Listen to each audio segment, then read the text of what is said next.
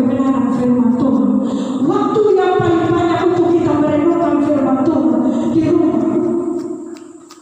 Karena kita tiap hari ada di rumah atau di tempat kerja.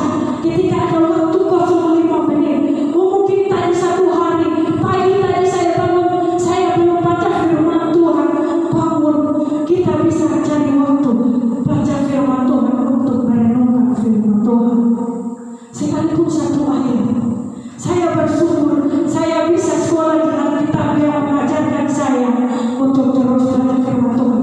Awal-awal saya sekolah Alkitab, saya keberatan, sungguh-sungguh saya sudah bangun. Terus tiap hari saya harus buat renungan, tiap hari saya harus baca Alkitab. Sekalipun punya kesibukan banyak, harus baca Alkitab. Ya, kadang-kadang membosankan, tapi saat ini saya rindu. Saya bilang, Tuhan, ternyata saya dibentuk dari sekolah Alkitab supaya saya menjadi teladan bagi keluarga saya. Saya bilang sama keluarga kami yang ada di rumah, saya bilang, kalau bisa di akhir tahun nanti, ya tanggal 31, selesai ibadah di gereja, jangan kita berbondong-bondong ke pasar dulu. Ya, 1 hari tadi kita sudah ke pasar.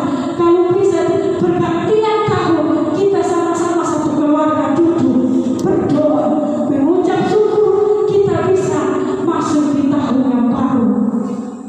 Saya bilang di keluarga saya, kalau bisa jangan kita ke pasar. Ke pasar itu siang, jangan tengah malam. Sekalipun tengah malam banyak yang obral, kita cari itu Tuhan. Jangan dulu cari yang obral. Cari Tuhan dulu. Amin. Jadi bukan berarti tadi sudah berdoa di gereja. Di gereja itu kita sama-sama jemaat Tuhan. Tapi di rumah itu penting, sekeluarga kita bisa bersama-sama. Saya bilang sama KJM, sama istrinya, saya bilang, kakak, sama mama saya bilang, kakak, kalau bisa, ya, tahun ini, di akhir tahun, kita jangan ke pasar. Ya, pergantian tahun nanti jam 12 masuk jam 1, kita duduk di rumah, tutup pintu, kita duduk sama-sama berdoa.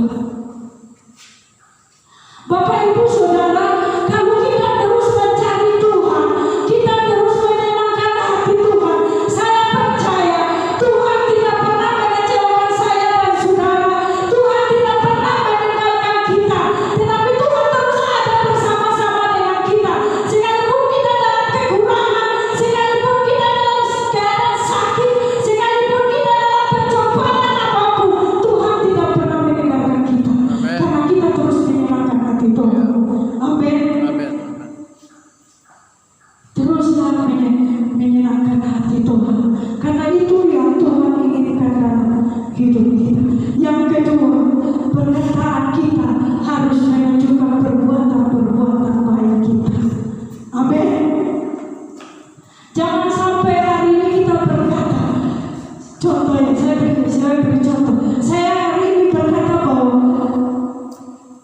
saya bilang, usahakan Tuhan jangan begini, Tuhan harus menyenangkan hati Tuhan, Tuhan harus pergi gereja, Tuhan harus pergi cari Tuhan, tapi tindakan kita tidak ada. Yang Tuhan mau bukan perkataan, yang Tuhan mau adalah tindakan. Amin.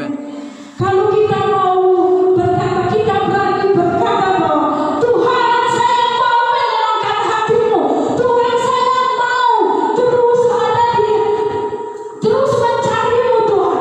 Tetapi kalau tindakan kita tidak ada, itu sama dengan pepatah bilang, tong kosong bunyinya. Ya, tidak ada artinya kalau cuma ada perkataan. Saya bilang, saya merenungkan kebenaran firman Tuhan ini. Saya bilang, Tuhan, ketika saya sampaikan firman Tuhan ini, jangan sampai saya hanya sampaikan tapi tidak saya lakukan. Usahakan saya sampaikan bagi jemaat Tuhan, bagi orang-orang yang ada di sekitar saya dulu untuk melakukannya. Dan kita terus berdoa bersama-sama.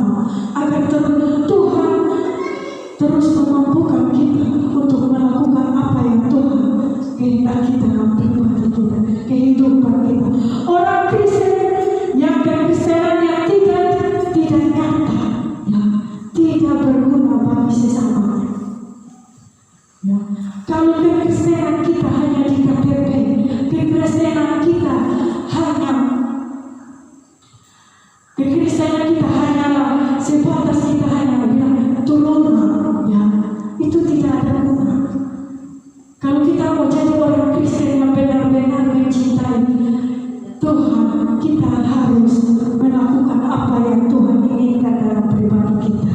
Melakukan apa yang Tuhan mau. Yang Tuhan mau dalam pribadi kita adalah menyenangkan hati Tuhan. Hidup kita harus terus menyenangkan hati Tuhan. Orang percaya, kita sebagai orang percaya, kita harus menjadi dampak yang baik bagi orang-orang yang ada di sekitar kita.